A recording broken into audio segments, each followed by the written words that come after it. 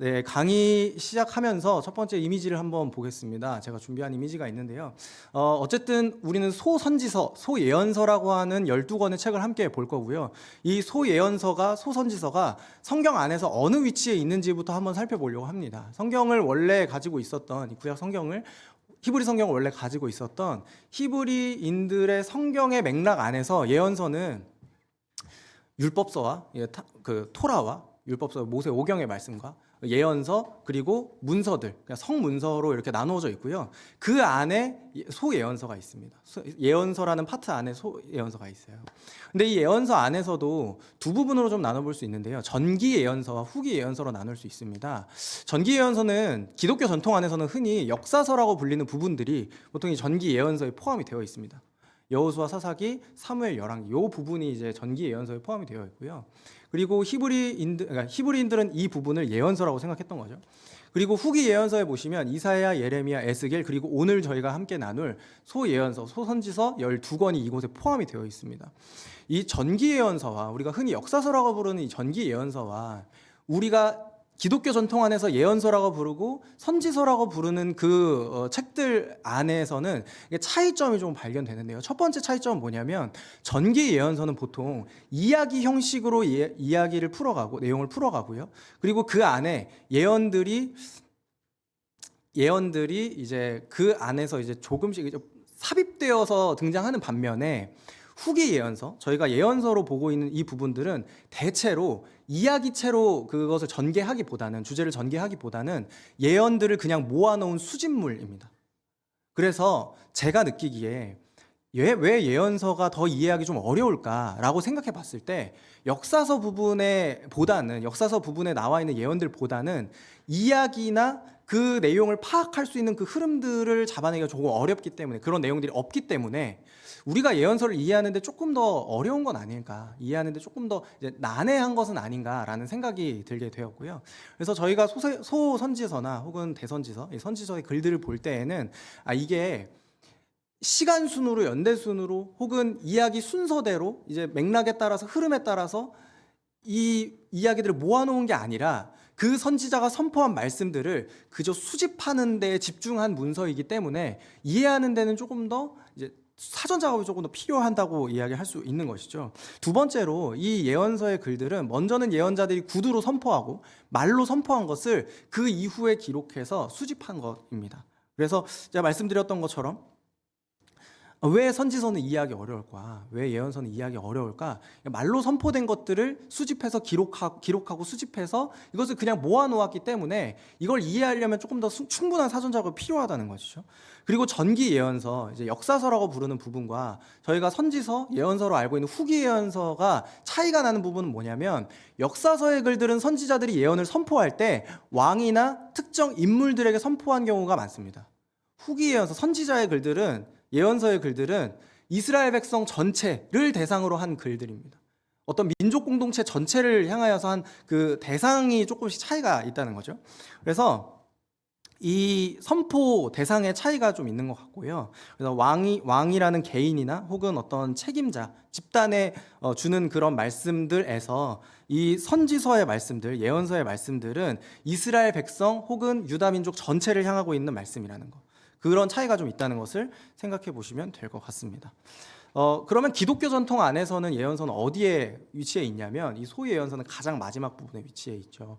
선지서가 가장 마지막 부분에 위치해 있습니다.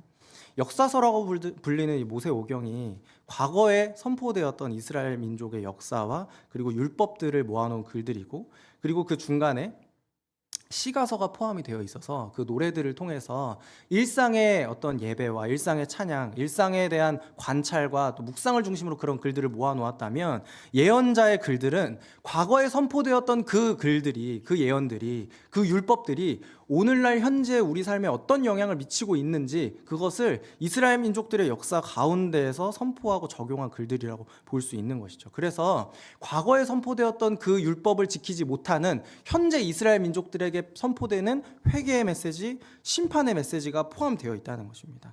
그래서 그 강의 안에 1번 첫 번째 그 문장을 보시면, 예언서는 율법을 현실 세계에 적용하는 글들이에요. 적용하는 이야기예요. 그래서 회개를 촉구하고 심판과 구원을 동시에 선언하는 선언하는 그런 글들이 모여 있는 것이죠. 두 번째로 예언서의 이스라엘 백성들은 선지자들이 예언자들이 회개를 촉구했지만 회개하라 선포했지만 그렇지 않으면 심판이 올 것이라고 선포했지만 대체로 이 사람들은 그것을 받아들이지 않습니다. 예언자들의 메시지가 거의 거부됩니다. 여러분 그렇다면 이 안에서 희망을 발견해야 되는데요. 그 예언자의 글들 안에서 이 선지서 안에서 물론 이스라엘 민족들, 유다 민족들은 그 선지자의 메시지를 대체로 거부하지만 하나님께서 그럼에도 희망을 남겨두셨다는 거죠. 그 말씀 가운데 회복의 메시지를 담아 놓으셨고 심판이 아니라 구원의 메시지를 담아 놓으셨고 백성들의 그런 자발적인 의지가 아니라 하나님의 그 은혜로운 의지에 의해서 선포되어지는 그 회복의 메시지가 예언서 안에 담겨 있다는 것입니다. 그래서 선지서의 글들이 마지막에 위치되어 있는 이유는 당연히 예수 그리스도를 바라보게 하기 위해서라는 것이죠. 결과적으로 우리는 이 예언서의 글들을 통해서 선지서의 글들을 통해서 예수 그리스도를 바라볼 수 있게 되는 것입니다. 소예언서라고 부르는 소선지서라고 부르는 이유는 이 그냥 그 주제가 작은 주제이기 때문은 아니고요. 그냥 분량이 적어서 그 단순히 그냥 그렇게 분류를 해놓은 겁니다. 그래서 소예언서, 소선지서를 12권을 다 묶어 놔도 대선지서 한 권 분량도 안 되거든요.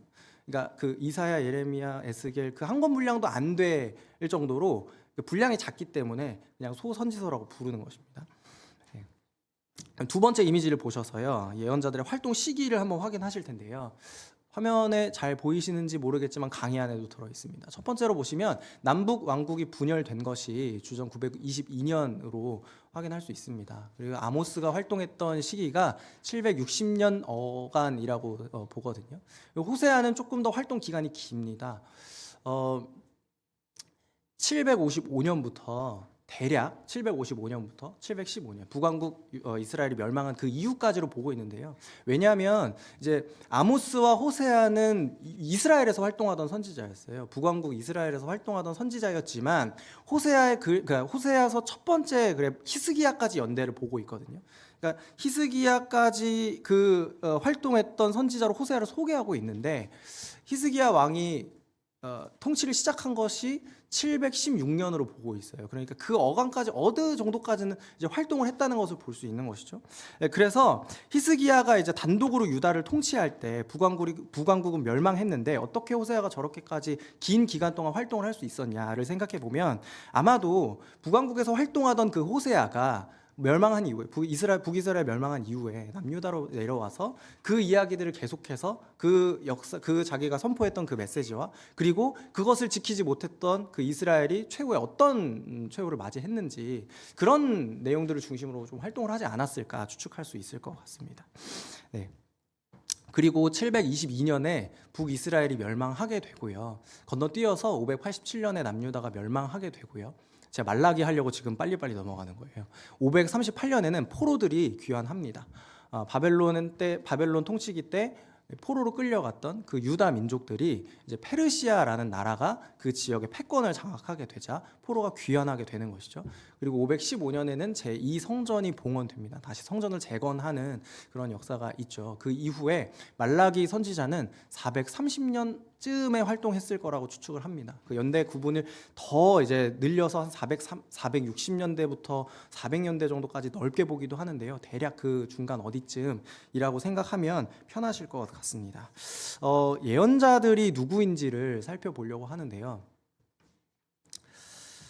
그러면 이 예언자들은 누구인가를 생각해 보았을 때 예언자는 간단하게 이야기하면 하나님의 말씀을 받아서 하나님의 백성에게 전달하는 하나님과 사람 사이를 연결하는 매개체 중에 하나인 것이죠.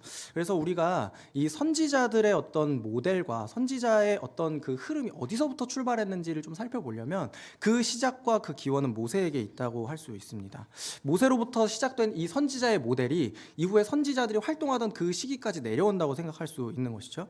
그래서 모세는 사실 선지자의 원류가 될 뿐만 아니라 통치자, 왕, 제사장, 선지자의 모든 유형을 통합해서 원래 그 모델로 가지고 있던 그 통합적으로 보여주는 기본 모델의 인물입니다. 모델이 되는 인물입니다. 그래서 왕이든 제사장이든 선지자든 최소한 모세만큼만 하면 잘한다. 이렇게 생각할 수가 있는 거예요. 모세의 역할, 선지자로서의 모세의 역할을 좀 생각해 본다면 하나님으로부터 율법을 수여받았죠. 그리고 그 율법을 통해서 이스라엘과의 언약 관계를 맺는 데에 그 중보자가 되었습니다. 그리고 그 율법이 제대로 지켜지는지, 그 율법의 조약들이 잘 이루어지고 있는지를 율법을 수호하는 역할을 했다는 것이죠. 이것이 선지자의 기본 모델이 되는 것입니다. 그래서 모세 이후로 그와 같은 선지자가 없다는 것은 이 세 직분을, 통치자, 선지자, 제사장, 이 세 직분을 동시에 할 수 있는 사람이 그 이후에는 없었다는 것이고요. 그리고 그 어떤 직분도 완벽하게 하지 못했다는 의미가 됩니다. 신명기 34장 10절 말씀에 보니까요, 그 후에는 이스라엘의 모세와 같은 선지자가 일어나지 못하였나니 모세는 여호와께서 대면하여 하시던 자요라고 하는데요. 선지자의 가장 기본적인 기초적인 모델이 되는 인물이 바로 모세라고 볼 수 있는 것이죠. 모세의 역할을 이어서 이제 사무엘이라는 사람을 우리가 만나볼 수 있는데요. 사무엘상 12장 23절 말씀을 먼저 보시면요, 함께 읽겠습니다. 12장 23절 함께 읽습니다. 시작. 나는 너희를 위하여 기도하기를 쉬는 죄를 여호와 앞에 결단코 범하지 아니하고 선하고 의로운 길을 너희에게 가르칠 것인즉. 보시면 너희를 위하여 기도하기를 쉬는 죄를 여호와 앞에 결단코 범하지 아니하고라는 것을 보면서 이 사무엘이 수행했던 선지자의 역할은 중보자의 역할을 감당했다는 것입니다. 선지자는 중보자입니다. 특별히 사무엘을 볼 때 우리는 그 왕정 체제 안에서, 왕정이라는 그 시스템 안에서 선지자 직분의 역할 모델을 우리가 볼 수가 있는 것이죠. 기본 역할이 모델이 되는 그 역할을 우리가 사무엘을 통해서 볼 수가 있는 것이죠. 그리고 첫 번째로는 이제 중보자의 역할을 감당했고요. 두 번째로는 선하고 의로운 길을 너희에게 가르친다. 즉 율법을 사람들에게 가르치는 역할을 했다는 것입니다. 율법을 사람들에게 가르치고 그 율법이 제대로 지켜지고 있는지 그것을 가르치는 역할을 사무엘을 통해서 볼 수가 있는 것이죠. 마지막으로 엘리야라는 선지자를 보려고 하는데요. 열왕기상 19장 14절 말씀에 보니까요, 그가 대답하되 내가 만군의 하나님 여호와께 열심히 유별하오니 이는 이스라엘 자손이 주의 언약을 버리고 주의 제단을 헐며 칼로 주의 선지자들을 죽였음이오며 오직 나만 남았거늘 그들이 내 생명을 찾아 빼앗으려 하나이다. 앞으로 다시 돌아가 보시면요, 언약을 버리고, 주의 언약을 버리고 라고 엘리야가 지금 하나님께 그렇게 기도하고 있어요. 이 모습을 보면서 엘리야가 했던 그 선지자의 역할 모델을 생각해 보면 율법이 제대로 지켜지지 않을 때 하나님께 그것을 고발하는 역할, 언약을 버렸다는 것을 고발하는 역할 하는 것입니다. 현실을 비판하고 현실에 있는 그 민족들의, 언약 백성들의 그 행태를, 현실들을 하나님 앞에 고발하면서 비판하는 역할, 그것을 선지자들이 했다라는 것이죠. 그래서 그 이후에 이 모델들을 다 참고해서 모세와 사무엘과 엘리야의 역할 모델들을 다 참고해서 이후에 활동하는 선지자들은 다 요 안에 있어요. 요 모델 안에 있는 거예요. 다 요 모델 안에서 언약을 수호하고 율법을 수호하고 그 율법을 잘 가르치고, 그리고 하나님과 이 이스라엘 민족 가운데 중보자가 되며, 그리고 그것이 잘 지켜지지 못했을 때, 언약 백성들이 그것을 충실히 수행하지 못했을 때, 순종하지 못했을 때 그것을 고발하면서 그걸 현실에 그것을 비판하는, 그 민족들을 비판하고 또 고발하는 그런 역할을 하는 사람들이 바로 선지자라고 할 수 있는 것입니다. 이 선지자들이 가지고 있는 특징이 있는데요. 첫 번째 특징은 이 선지자들은 하나님의 부르심을 받았다는 소명의식이 확고하게 있었다는 것입니다. 스스로 하나님의 부름을 받았던, 그 소명을 받았던 순간들을 회고하는 사람들이 있고 선지자들이 있고요. 그런 기록들이 남아있고요. 그리고 하나님께서 보여주시는 환상, 그것들을 정확하게 자기의 의지를 가지고 그것을 기억해내요. 그것을 말로 나타내는 선포 사역을 감당하죠. 그래서 이 예언자들은 하나님께서 보여주신 것들을 관찰하고, 그리고 검토하고 확인해서 결정해서 하나님의, 그러니까 말씀의 형태로 그것을 사람들에게 선포하는 겁니다. 그래서 이 부르심 가운데에서 선지자들은 자신의 역할을 감당했고요. 그리고 이 특징 중에, 하나님의 부르심의 특징 중에 첫 번째는 이 선지자들이 이제 기존의 어떤 그러니까 종교 집단, 종교를 다스리는 종교 지도자 집단에 소속된 사람들이 대체로 아니에요. 오늘 같이 볼 아모스도 농부 출신이라고 이야기를 하고 있거든요. 그러니까 출신 배경이 너무 다양해요. 활동하는 지역도 다양하고요. 다양한 직업 배경을 가지고 있고, 그리고 이 선지자의 역할을 상시로 감당하던 사람들이 아닙니다. 상임하는 사람들이 아니라 특정한 시대, 특정한 대상들을 위해서 하나님께서 그들을 부르셨고 그 역할을 감당했다는 것이죠. 그래서 우리가 그 반대로 생각해 보면 이 역할을 상임으로 했던 사람들을 생각해 보면 우리는 제사장을 떠올릴 수가 있잖아요. 그 성전 안에서 제사의 어떤 의식들을 관할하고 그것들을 관리하고 운영하는 사람 제사장이잖아요. 그래서 선지자의 글들을 보면 그 활동들을 보면 이 제사장과의 갈등을 대립각을 세우는 그런 모습들을 많이 만나볼 수 있어요. 그러니까 기존의 어떤 종교 행위에 대한 그런 고발하는 행위, 비난하는 행위, 비판하는 행위들을 하고 있기 때문에 대립하는 것처럼 좀 보이기도 하는 것이죠. 어쨌든 이 사람들은 다양한 출신 배경을 가지고 그리고 따로따로 출연하게 됩니다. 개별적으로 출연합니다. 모여서 활동하는 게 아니라 다 각자 자기만의 삶 안에서 자기만의 역할을 감당해요. 어떤 사적인 다른 선지자와의 어떤 사적인 관계 그리고 조직적인 어떤 연계 이런 것들은 잘 보이지가 않습니다. 네. 그리고 두 번째 예언자들이 가지고 있는 특징은 뭐냐면 이 예언자들의 메시지는 보통 미래를 향한 메시지라는 것이죠. 현재 상황에 대한 비판이 분명히 역할을 하고 있어요. 그 선지자의 말에, 선포에 상당한 역할을 하고 있지만 더욱 중요한 부분은 대체로 미래에 나타나는 그 메시지, 미래에 대한 메시지에 많이 나타나 있습니다. 이 선지자들이 첫 번째로는 종말에 대해서 예언해요. 종말에 대해서 이야기를 해요. 미래에 있을 종말에 대해서. 아모스 8장 2절 하반절 말씀인데요. 여호와께서 내게 이르시되 내 백성 이스라엘의 끝이 이르렀은즉 종말에 대해서 이야기를 하는 것이죠. 그래서 하나님의 이 구원 역사가 종결된다. 언약이 파기되었기 때문에 이 언약 관계가 부정되었기 때문에 이 언약 관계가 이제는 끝난다. 종결된다. 이걸 선언하는 겁니다. 그래서 이 구속사가 종결되었기 때문에 심판을 받고 추방당하게 되는 것이죠. 그리고 예루살렘이 실제로 멸망하게 됩니다. 그런데 이 예루살렘이 이 이스라엘 민족이 언약 백성이 그냥 그 언약 관계가 종결되고 추방당하고 심판당하는 거 여기에서 끝나는 게 아니에요. 두 번째가 중요하거든요. 전환되거든요. 어떻게 전환되냐면 그 안에서 심판과 종말과 끝을 발견하는데 새로운 어떤 이 여호와의 자비를 발견하게 되는 것이죠. 예레미야 32장 15절 하반절인데요. 저희 같이 한번 읽겠습니다. 시작. 사람이 이 땅에서 집과 벌과 포도원을 다시 사게 되리라 하셨다니라. 사람이 이 땅에서 다시 사게 되는 거예요. 다시 그걸 소유할 수 있게 되는 거예요. 이게 회복되는 것이죠. 전환되는 것입니다. 네. 그래서 이 종말과 이 심판은 목적이 있는 심판이에요. 그냥 이제 아예 아예 관계 단절 이게 아니라 목적이 있는 심판이었던 거예요. 어떻게 더 정화되기 위해서, 깨끗해지기 위해서, 정결해지기 위해서 하는 심판이라는 것이 여기에서 드러나는 것이죠. 세 번째인데요. 그래서 선지자들의 메시지는, 미래를 향한 메시지는 새로운 사건을 예고합니다. 예를 들면 우리가 예레미야 31장에서 예전의 언약과는 다른 새로운 언약을 발견하게 되죠.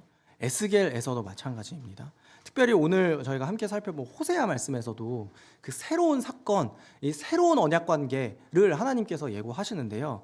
호세아 2장 19절부터 20절까지 말씀입니다. 내가 내게 장가들어 영원히 살되 공의와 정의와 은총과 긍휼히 여김으로 내게 장가들며 진실함으로 내게 장가들리니 내가 여호와를 알리라. 깨어졌던 그 혼인의 관계가, 그 이스라엘과 하나님의 깨어졌던 그 혼인의 관계가, 파기되었던 그 언약 관계가 하나님의 주권적인 은혜로 다시 하나님께서 장가 들어오시는 그 은혜를 우리가 경험하고 그것이 우리에게 주어지는 새로운 사건, 새로운 언약이 된다는 것입니다. 네. 선지자들은 세 번째로 현실을 고발합니다. 자기 시대를 같이 살아가고 있는 사람들을 고발합니다. 그래서 예언자들이 현실을 비판하는 것은 이 심판이 정당하다는 그 이유를 제시해요.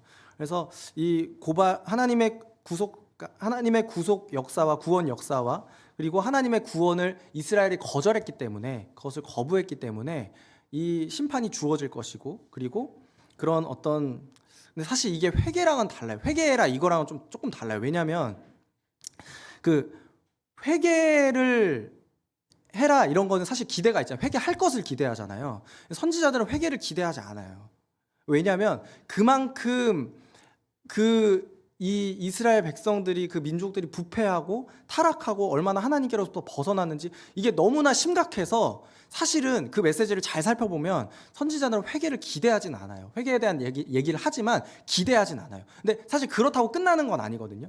이 사람들에게 기대할 수 있는 게 없을 뿐이지 하나님께는 기대하거든요. 하나님께서 회복하실 거거든요. 선지자의 메시지에는 그게 있는 겁니다. 그 내용이 있는 겁니다.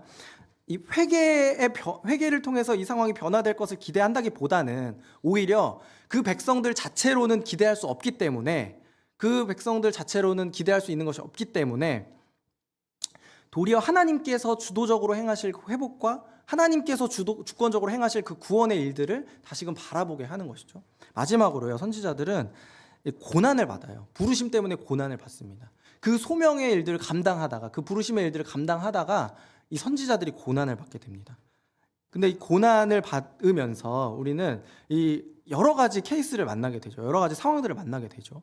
공동체를 사랑하기 때문에 눈물을 흘리며 아파하는 예레미야도 우리가 선지서에서 발견할 수 있고, 하나님의 말씀을 받았는데 그 말씀이 자기한테 너무 소화가 안 돼서 하나님 앞에 항의하고 그걸 거부했던 요나도 만나게 되고요.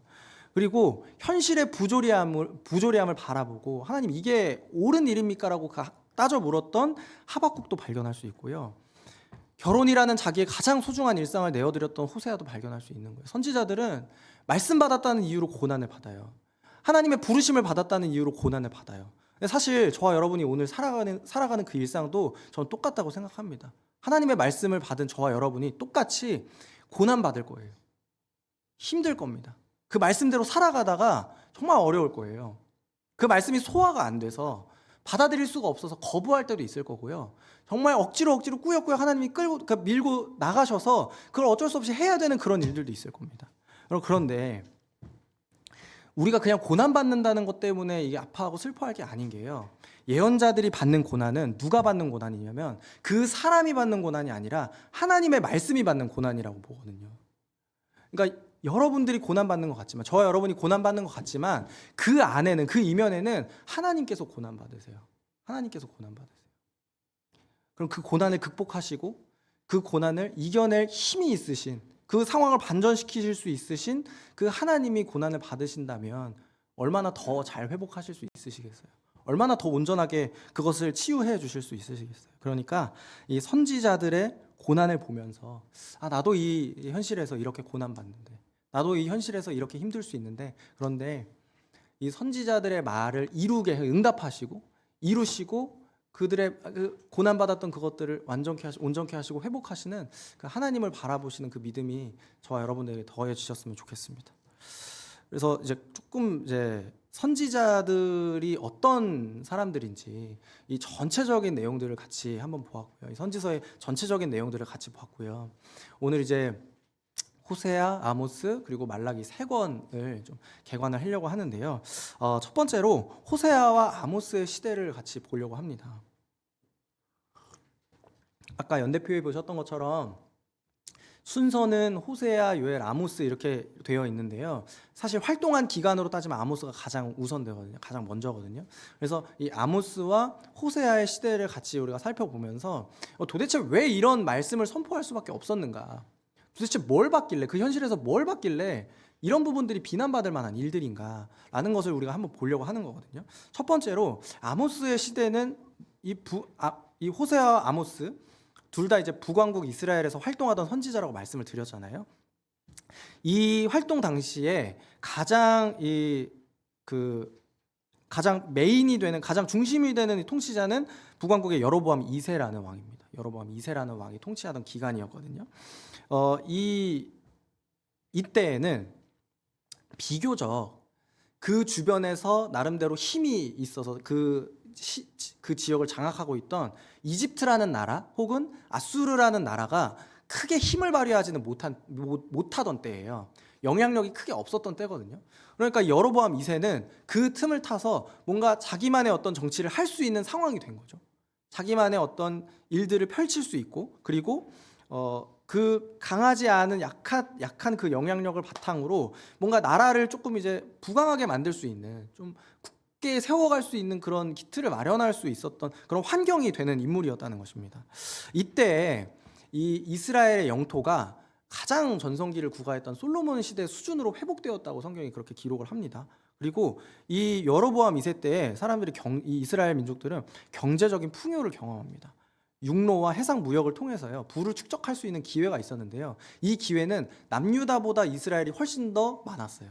지리적인 이점이 있어서 유다가 그 무역을 할 수 있었던 것보다 이스라엘이 할 수 있었던 게 훨씬 더 많았고, 그래서 유다보다는 이스라엘이 훨씬 더 좀 부를 축적하기가 쉬웠죠. 경제적인 풍요를 누리기가 쉬웠던 겁니다.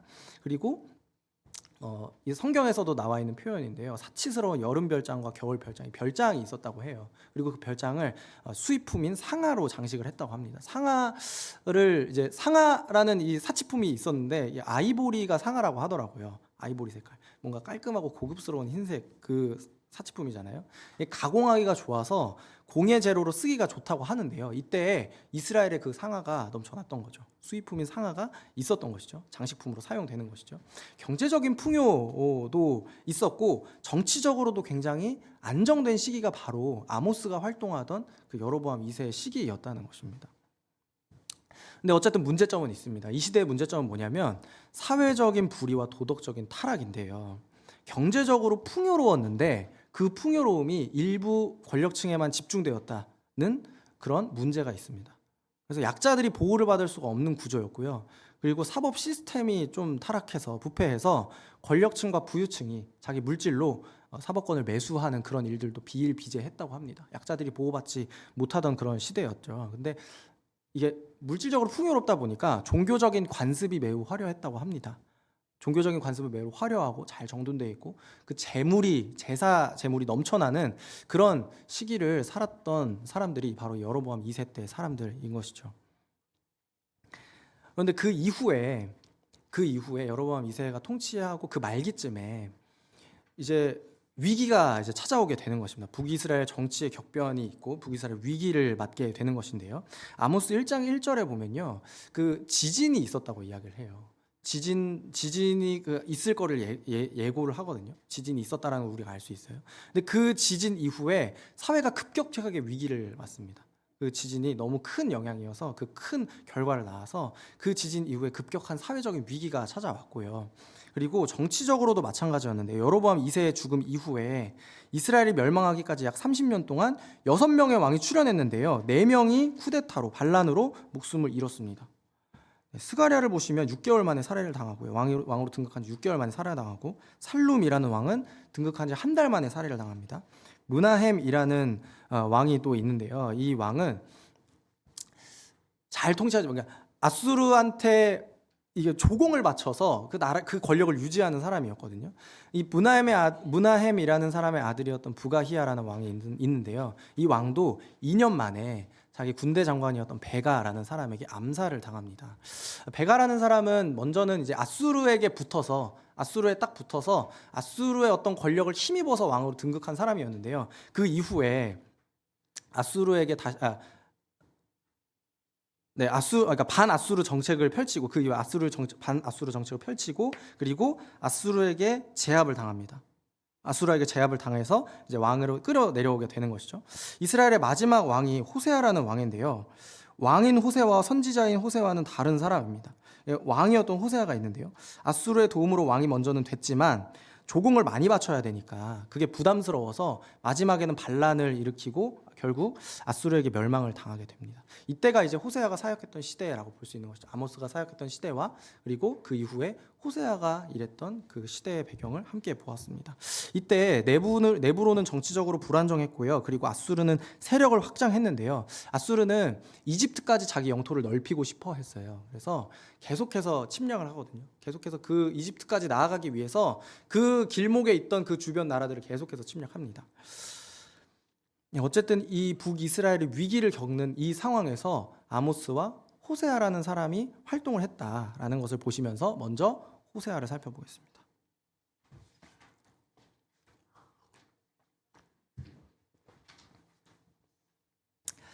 호세아의 주제를 첫 번째로 보시면요. 첫 번째는 이스라엘의 음행입니다.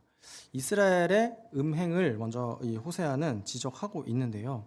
이스라엘이 가지고 있었던 종교 혼합주의, 그러니까 바알 신앙과 여호와 신앙을 함께 가지고 있었던 그 혼합주의를 호세아와 고멜의 결혼 생활을 통해서 그렇게 비유하고 있고 그리고 지적하고 있는 것입니다. 이 호세아가 지적하고 있는 것은 가나안이 섬기고 있었던 풍요의 신, 다산의 신을 섬기는 것을 고발하는 일이었는데요. 저는 그러니까 그게 옳다는 건 아니고 배경을 알고 나니까 어느 정도 이 사람들이 왜 그랬었는지 이해는 좀 갈 것 같아요. 왜냐하면 여로보암 시대는 굉장히 풍요로운 시대였다고 말씀드렸잖아요. 경제적으로 누릴 것이 많은 그런 시대였다고 말씀을 드렸는데요. 지진도 겪고 침략도 겪고 정치적으로 불안정하고 하니까 의지할 데가 없었던 것이죠. 나라 안팎으로도 혼란스럽고 정치, 경제, 외교적으로도 불안했던 사람들을 생각하면 뭔가 내가 믿을 구석이 있어야 되는데 라고 생각을 해서 가나안의 바알 신을 풍요를 주관하는 그 신을 섬겼다고 한다면 왜 바알 신앙이 이 사람들에게 중요했는지 왜 의지의 대상이 되었는지 어느 정도는 이해가 가더라고요. 그 배경이 이해가 되는 것이죠. 그래서 사실은 고멜이라는 여자가 음란한 여자로 나오지만 음란한 여인으로 그렇게 기록이 되지만 이스라엘 민족들이 그렇게 바알 신에 집착했던 것 그리고 여호와 신앙, 하나님을 믿는 그 신앙과 바알 신앙을 계속해서 혼합해서 뭔가 이 경제적인 풍요로움을 누리고 싶어하는 그런 세상에서도 이루고 싶어하는 그런 그걸 못 잊어서 그런지 몰라도 그 누렸던 여로보암 시대에 누렸던 것들을 못 잊어서 그런지는 몰라도 계속해서 그것들을 추구하는 걸 보다 보면 고멜이 특별히 음란한 여자여서 특별히 매춘이 직업인 사람이어서 이 고멜이라는 사람을 음란하다고 표현한 건 아닌 것 같습니다. 고멜이라는 사람은 어쩌면 하나님께서 그려내고 싶었던 그 고멜이라는 사람은 어쩌면 우리 주변에도 볼 수 있는 그런 평범한 사람들 아닌가. 우리 주변에서도 볼 수 있는 평범한 성도 아닌가.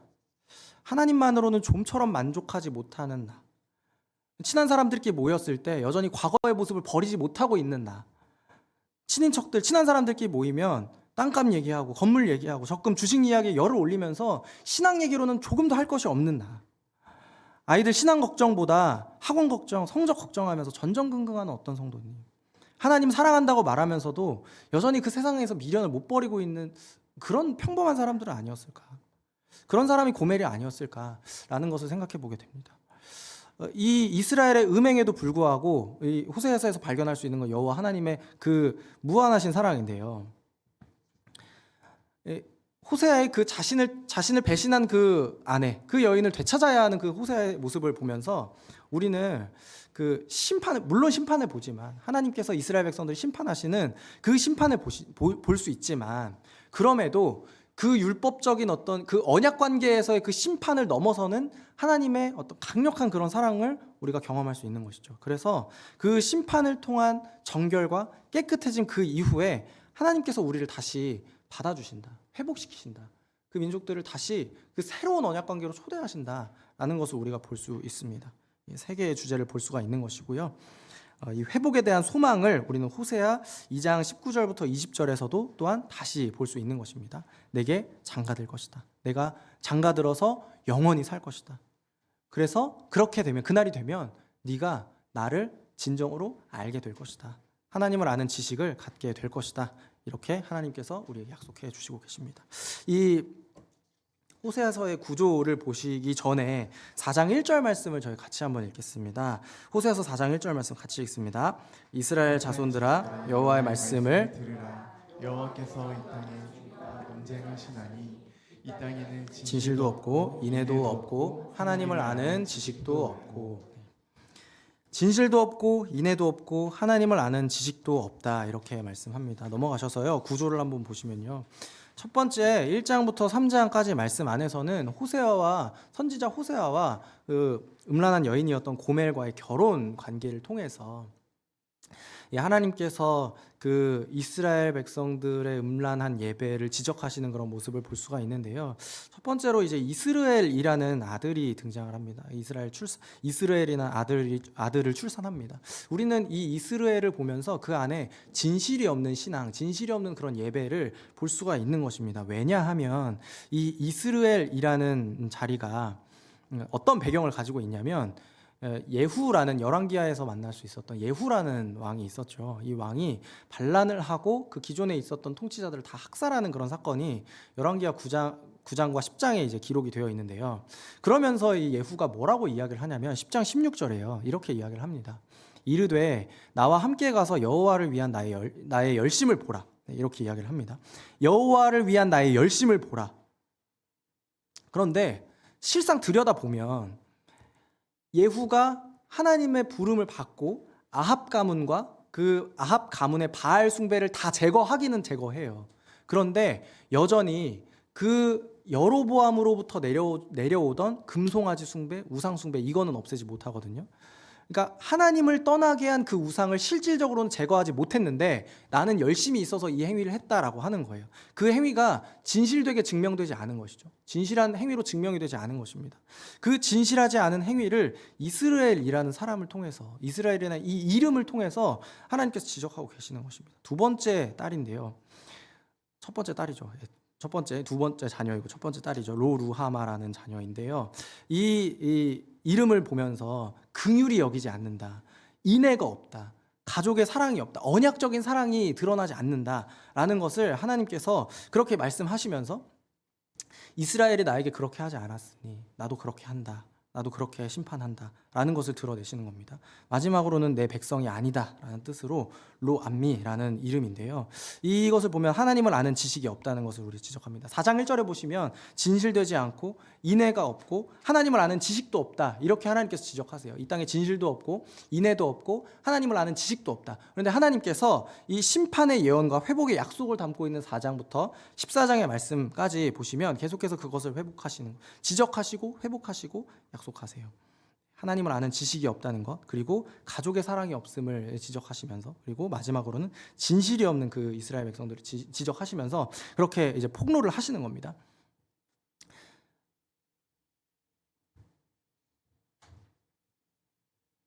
지금까지 괜찮으시죠? 아직 사실 좀 제가 급하다 보면 빨리 가가지고 일단 두 번째로 가겠습니다. 호세아는 얼마 안 남아서 아모스로 빨리 가겠습니다. 다음 주 이제 수요일부터 저희가 아모스 1장부터 보게 될 텐데요. 아모스 선지자는 선포하고 있는 그 주제가 어쨌든 있습니다. 첫 번째, 그러니까 많은 주제가 있지만 요약해서 두 가지만 딱 보자면, 첫 번째는 그 공의의 하나님께서 우주적인 통치자이시라는 거예요.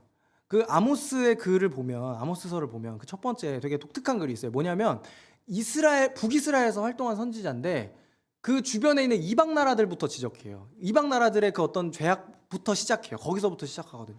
그러니까 이방 민족에 대한 심판의 선언을 보면서 하나님의 통치권이 특정한 지역 혹은 특정한 민족 여기에 국한되는 게 아니라는 거예요. 그러니까 언약 백성들에게만 그 율법이 적용되는 게 아니고, 언약 백성들이 언약을 지키지 못했을 때만 그것을 고발당하고 심판당하고 멸망당하는 게 아니라 이방 나라들에게도 똑같이 하나님께서 그 기준 가지고 계시다는 거죠.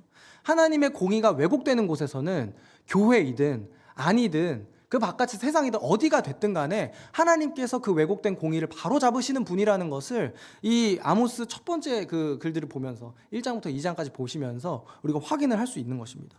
두 번째로 아모스가 지적하는 것은 이 예배 의식이 그리고 그들의 영성과 경건함이 공동체적으로 가야 된다. 공동체 의식을 이제 강조하는 거예요. 이 영성이 공동체 의식이 있어야 된다는 거죠.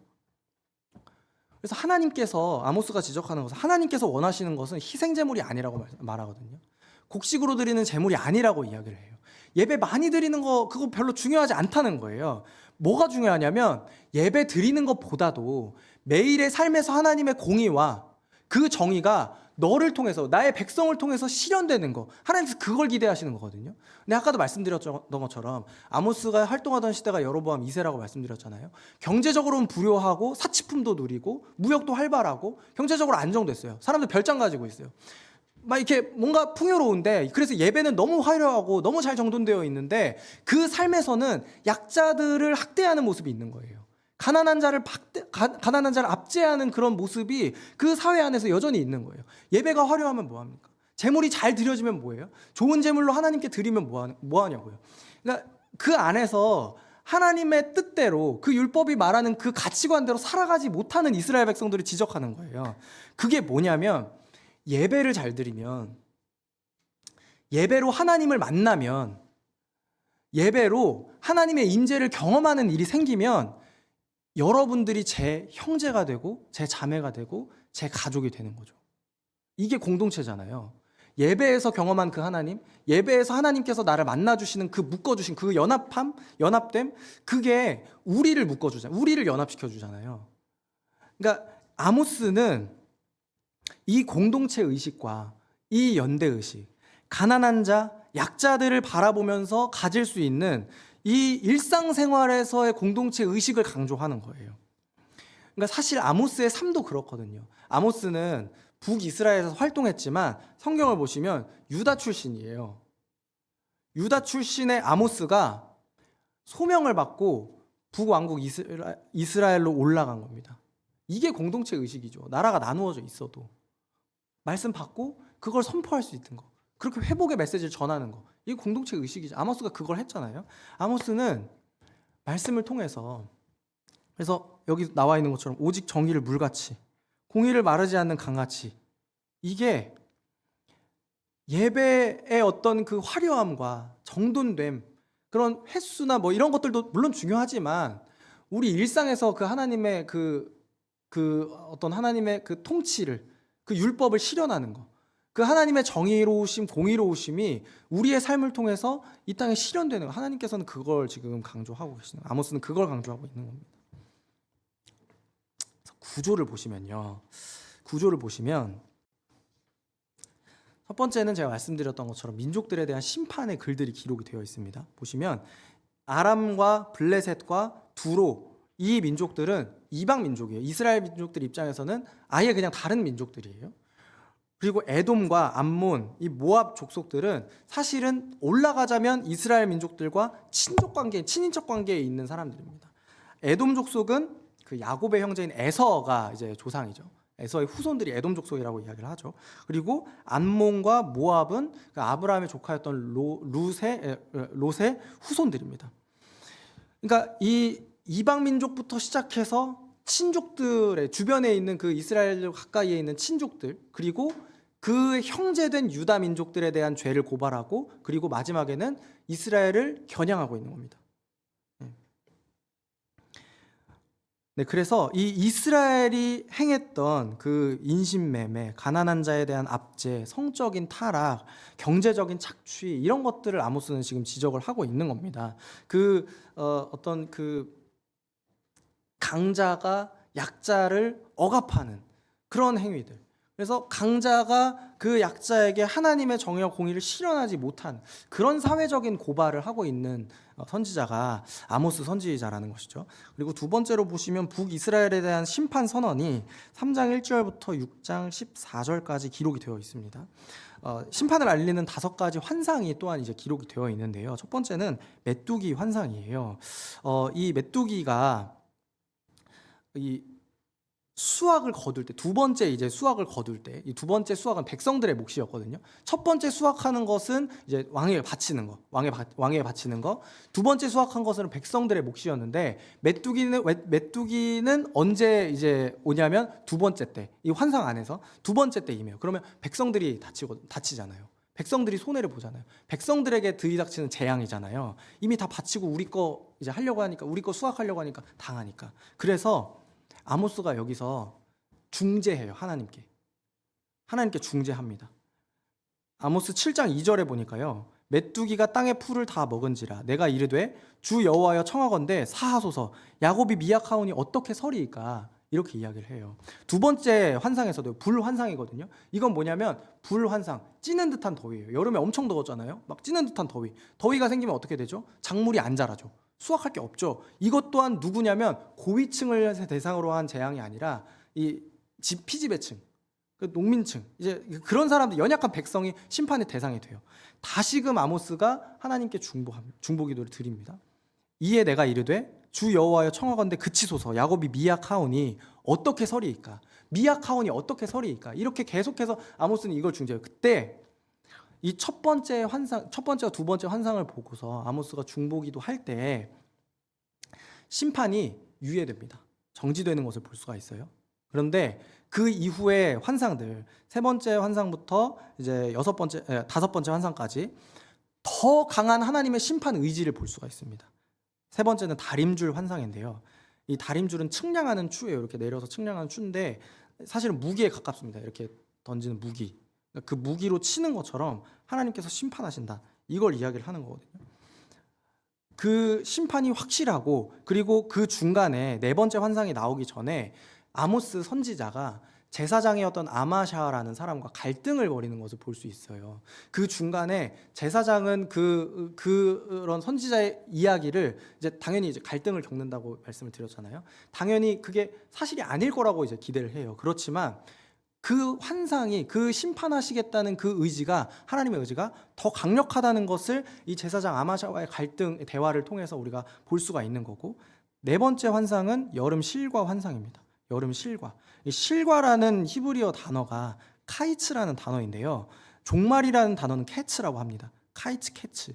뭔가 연관이 되죠. 그러니까 여름 실과 환상을 통해서 종말의 때가 가까웠고 확실할 거다라는 하나님의 강력한 심판 의지를 우리가 볼 수가 있는 것입니다. 그리고 마지막 다섯 번째 환상은 제단이 파괴되는 환상입니다.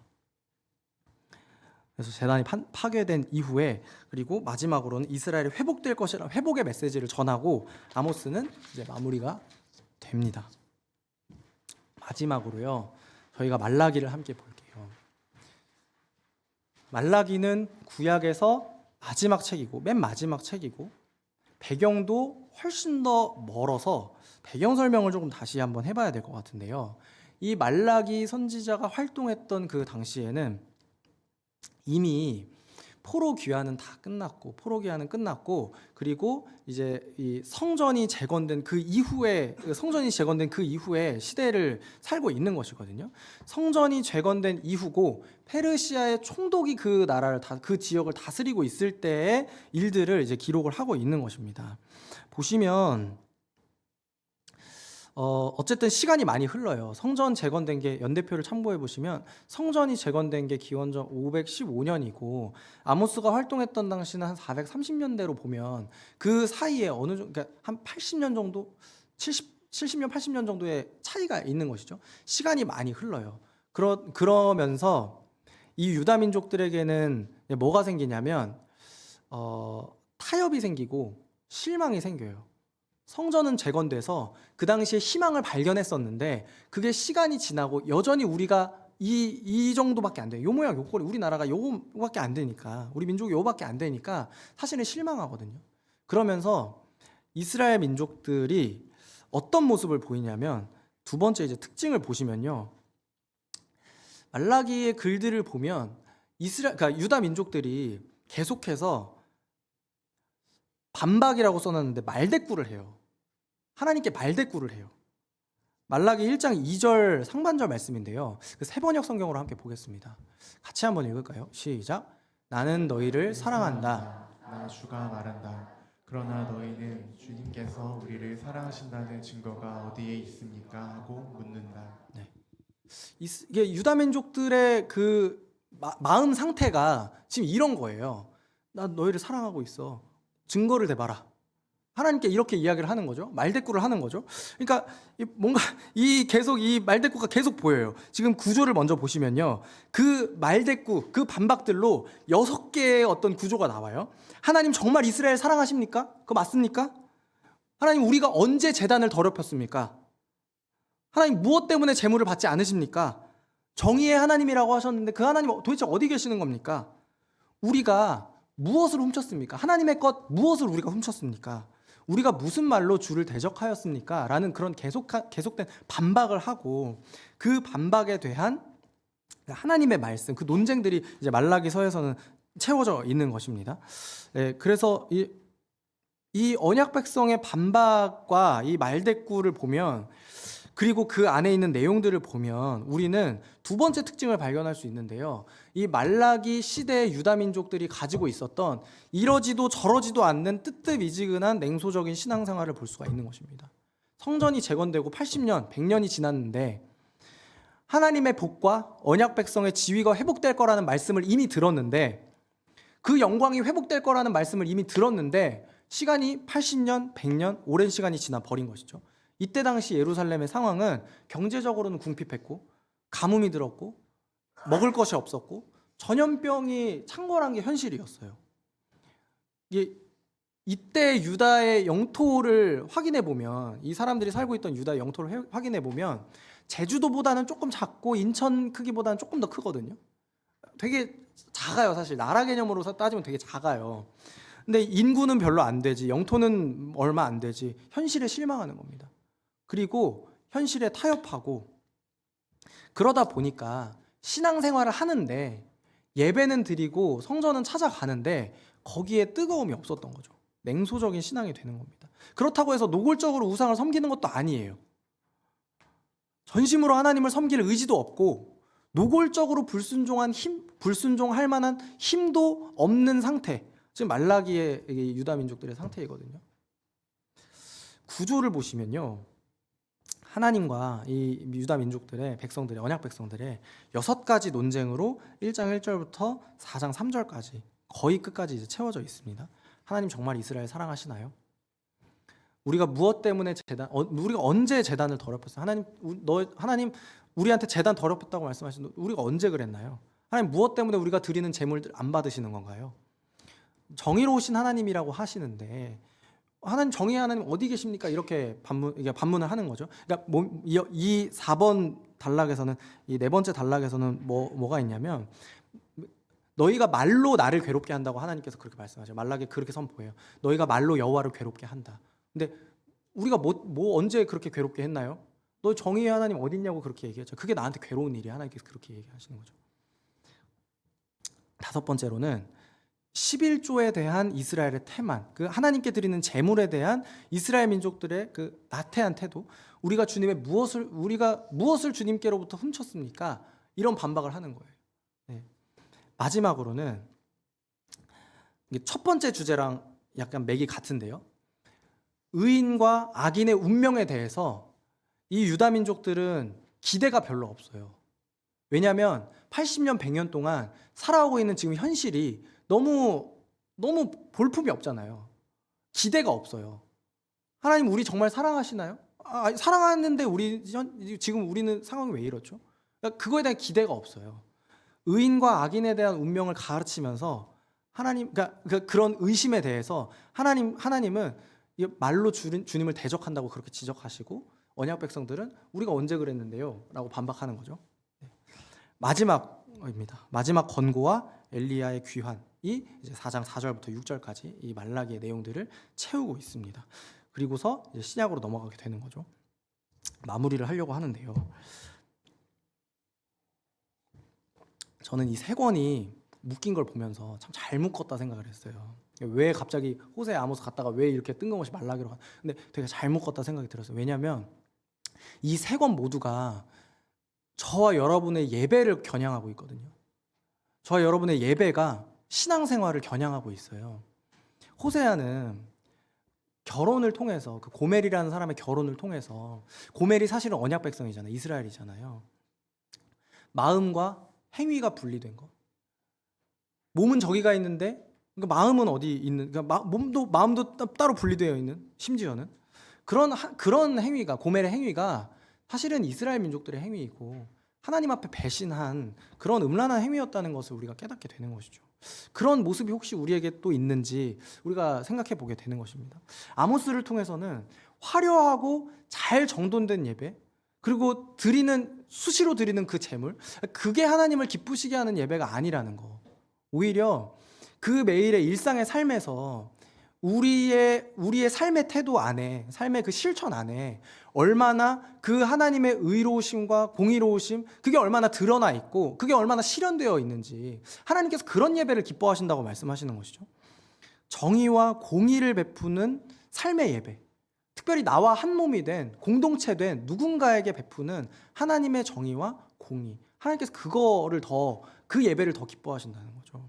말라기를 통해서는 뭘 느꼈냐면, 예배는 버리지 못하지만, 과감하게 떠나보내지도 못하지만, 현실에 순응하고 타협하고 이러지도 저러지도 못하는 그런 냉소적으로 드리는 그런 예배, 아무런 기대감이 없는 그런 예배, 하나님께서 나의 현실과 나의 삶에 전혀 관심이 없고 사랑하지 않으신다는 그런 기대감 없는 그런 냉소적인 예배, 그런 것들을 고발하시는 거죠. 이 새 예배가 호세아 시대의 사람들의 예배, 아모스 시대의 사람들의 예배, 그리고 말라기 시대에 이 사람들이 드렸던 그 거짓된 예배, 음란한 예배, 잘못된 예배, 하나님 기뻐하시지 않는 그런 예배가 우리의 예배가 아니라고 확신할 수 있으신가요? 오늘 저와 여러분의 예배는 어떻죠? 여러분 지난 주일에 어떻게 예배를 드리셨죠? 여러분 지난 수요일, 지난 주일에 어떤 마음으로, 어떤 기대감으로 이 자리에 나오셨고 또 이번 주에 어떤 기대감 가지고 오실 건가요? 여러분 그 예배에 정말 수고가 많이 든다는 거 제가 알고 있습니다. 이 자리로 나오기까지, 그리고 그 헌신의 자리에 서기까지, 섬김의 자리에 서시기까지 저 정말 많은 수고를 하고 계시다는 거 제가 알아요. 다 알지 못하겠지만 그러니까 알고 싶어요. 아는데 정말 확신할 수 있으세요? 그 예배 하나님께서 기뻐하신다고, 그 수고가 하나님께도 기쁨이 된다고 확신할 수 있으신가요? 근데 여러분 이 안에서 우리는 여전히 우리에게 기회를 주시는 하나님을 발견할 수 있고요, 또 그걸 깨닫는 은혜가 있기를 축복합니다. 여전히 우리에게 기회를 주시는 그 하나님을 신뢰하시기를 축복합니다. 우리의 지난 예배가 하나님께 기쁨이 전혀 되지 않은 그런 예배였다고 할지라도 우리의 마음을 하나님께로 돌이키고 돌아가서 회복하시는 그 하나님을 의지해서 우리에게 여전히 예배를 향한 그 전심을 회복할 수 있다고 말씀하시고, 공동체와 세상에 하나님의 정의와 공의를 베푸는 것이 내가 너희들을 향해서 가지고 있는 그 뜻이라는 것을 우리가 깨닫고 오직 하나님을 아는 지식으로 충만케 하신 그 예수 그리스도를 의지함으로 또 기대하는 마음으로 우리를 새롭게 하시고 회복하실 것을 마음에 꿈꾸는 그 꿈꾸는 마음으로 우리의 예배가 그렇게 변화되기를 소망합니다. 강의를 마치면서 우리 같이 함께 기도했으면 좋겠는데요. 오늘 우리의 예배를 위해서 같이 기도했으면 좋겠습니다. 오늘 우리가 드리는 예배, 우리가 이전까지 드렸던 그 예배들, 말로는 하나님을 섬긴다고 사랑한다고 이야기를 했지만 아무런 변화도 없었던 그런 예배, 아무런 기대감도 갖지 못했던 그런 예배, 내 삶에 아무런 영향력도 미치지 못했던 그 하나님의 말씀, 그것들을 회개하는 마음으로 우리 예배를 위해서 함께 기도했으면 좋겠습니다.